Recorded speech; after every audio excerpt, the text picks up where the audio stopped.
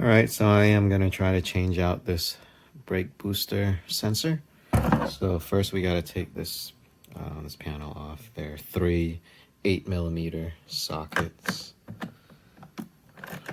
That's one right here and right there.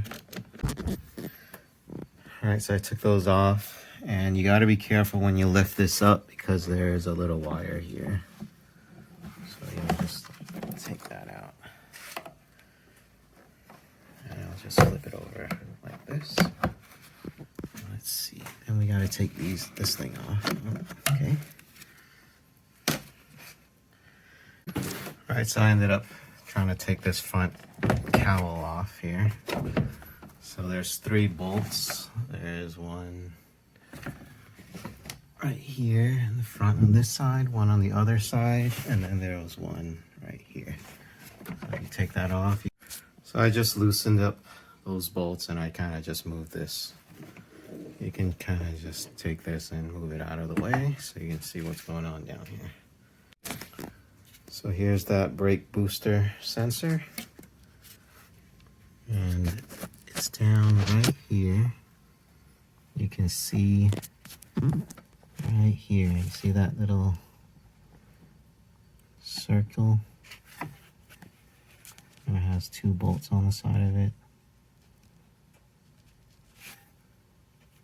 Also, word of advice, you're gonna want your socket to be magnetized to get to these, because you don't want these nuts to go falling down. I don't have one of those, so I'm just sticking tape around the socket and just hoping it doesn't fall down. So after you take out the 3 nuts, you can lift this up and just smooth it out of the way a little bit so you can get some room to stick your hand down there. Alright, so the goal is to try to get these 2 T15 bolts out, screws. They're right there, you can kind of see them. There's 2 of them, left and right. So you leave this plug in, and then once you take the screws out, you just pull on this cable, and then you should be able to take out that sensor. So let's give it a shot. So I got my T15 extension with some other extension, and this is how I'm trying to get at it right here. So you can see I have it on the screw, and we're just gonna try to get it out of there, at least for this side.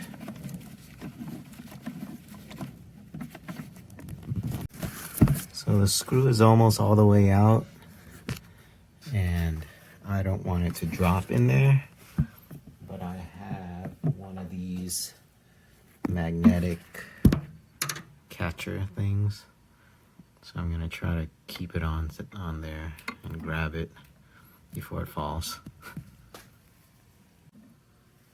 So I got it, and there it is. So the other screw is a little trickier, but you could fit it. You just got to go straight down, and I know there's a little nut there and a bolt thing sticking out, but you can fit it. You can get it straight down there. It's right there. And I think you can move the whole sensor.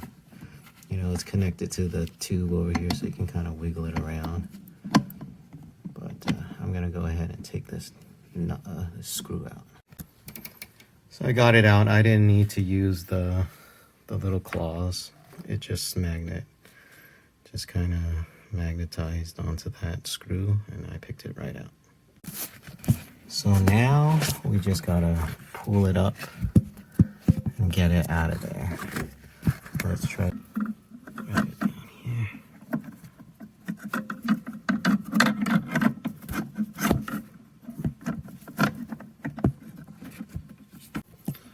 So I got it with my needle nose pliers. I kind of picked at the screw hole, and I'm sorry I couldn't get how it sounded when it popped out of the vacuum, but it just sounds like a, you know, like your typical vacuum getting sucked out. Like, let's see if I can get a picture of this. Well, there are the needle nose pliers. Having a hard time getting. There it is. I'm holding on to it, and I'm just pulling it out.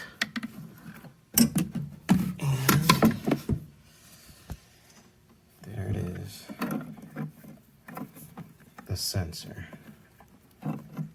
This damn sensor. That, you know, I'm not even throwing any codes. I just heard loud noises for a while. It looked like it fixed itself, but I'm changing this thing anyways. My sensor looks a little different. Kind of sucks. I'm gonna toss it in there anyways, and let's see how it goes. And in case anyone's wondering, this is how it looks without the sensor in there. So you're just gonna basically plug it back into that hole over there, this part, and then you're gonna screw it back in. All right, so I just spent a good half hour trying to fish this out from the bottom because it fell in there. So just another tip, connect it to the cable first so it doesn't go flying down there by itself. And here I am with the needle nose pliers, and I got it right there. So we're gonna try to plug this thing back in here.